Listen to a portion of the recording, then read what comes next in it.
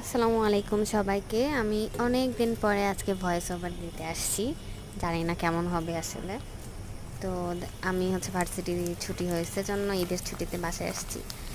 তো বাসায় আসলে আমি আসলে অনেক রকমের খাবার বানানোর ট্রাই করি, যেগুলো আমার খেতে ইচ্ছা করে। তো আজকে আমার ইচ্ছা হয়েছে যে ফুচকা বানাবো। তো ফুচকার জন্য আমি আগের রাত্রেই ওই ডাবলিগুলা ভিজায় রাখছিলাম। তো এখন বিকাল হয়ে গেছে, আমি ভাবলাম এই টাইমে একটু কাজ শুরু করি, কারণ সন্ধ্যার আইটেম বানাইতে বানাইতে না হলে আমার দেখা যায় রাত 10টা বেজে যায়। দ্যাটস ওয়াই আমি আজকে বিকাল থেকে একটু কাজ বাজ শুরু করছি।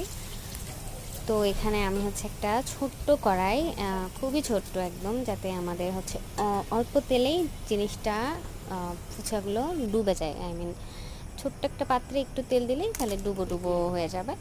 এই জন্য আমি এই ছোট্ট কড়াইটা সিলেক্ট করছি। দেন আমি এখানে ফুচকা যেগুলো আব্বু আর কি নিয়ে আসছিল ওগুলো ভাজার জন্য তেলে দিছি। তো এই ফুচকাগুলা আমার যদিও খুব একটা পছন্দ না, কারণ এটা খুবই বড় হয়ে যায়, আমি এত বড় করতেই পারি না। তো এটা কিছু করার নাই, এটাই অ্যাভেলেবেল হাতের কাছে। আর না হলে নিজে একটা রুটি বেলে দেন ছোট ছোট করে কেটে করা খুব টাফ। তো বড় হলেও এটাই আর কি ইজি ইজি টু মেক। তো এটা আমি তেলে ভাজার পরে একসাথে অনেকগুলো ভেজে রাখলাম। দেন আমি যে ডাবলিটা সিদ্ধ করছিলাম, ডাবলিটা আমি একটা ম্যাশার দিয়ে ম্যাশ করতেছি।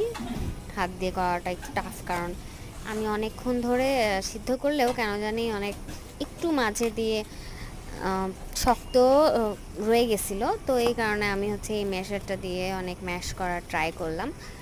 যথেষ্ট ভালো হয়েছে। এটা অবশ্য আমার না, এটা আমার ভাগ্নিদের, ওদের ছোটোবেলার খাবার খিচুড়ি ম্যাশ করার জন্য এটা কেনা হয়েছিল।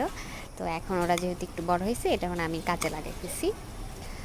তো এটা দিয়ে অনেকক্ষণ চেষ্টা করার পরে অনেকটা ফিনিশ হয়েছে। একটু ছোটো ছোটো ছিলই, বাট এটা ব্যাপার না। তারপরে আমি ধনিয়া পাতাগুলা কুচি কুচি কুচি করে কেটে দিয়ে দিছি, আর কুচি করা পেঁয়াজ। দেন আমি দিচ্ছি যেই মশলাটা, এটা আমি বাসায় বানাইছি। এটা ধনে আর জিরা গুঁড়া, আর আরেকটা কি যেন একটা জিরার মতো ছিল, সেটাকে তেলে নিয়ে ব্লেন্ডারে ব্লেন্ড করছি। সাথে একটা কাঁচা শুকনা মরিচ ছিল। দেন আমি কাঁচা মরিচটা দিয়ে দিছি। দেন আরও সব কিছু দিয়ে এটাকে আমি প্রসেস করছি।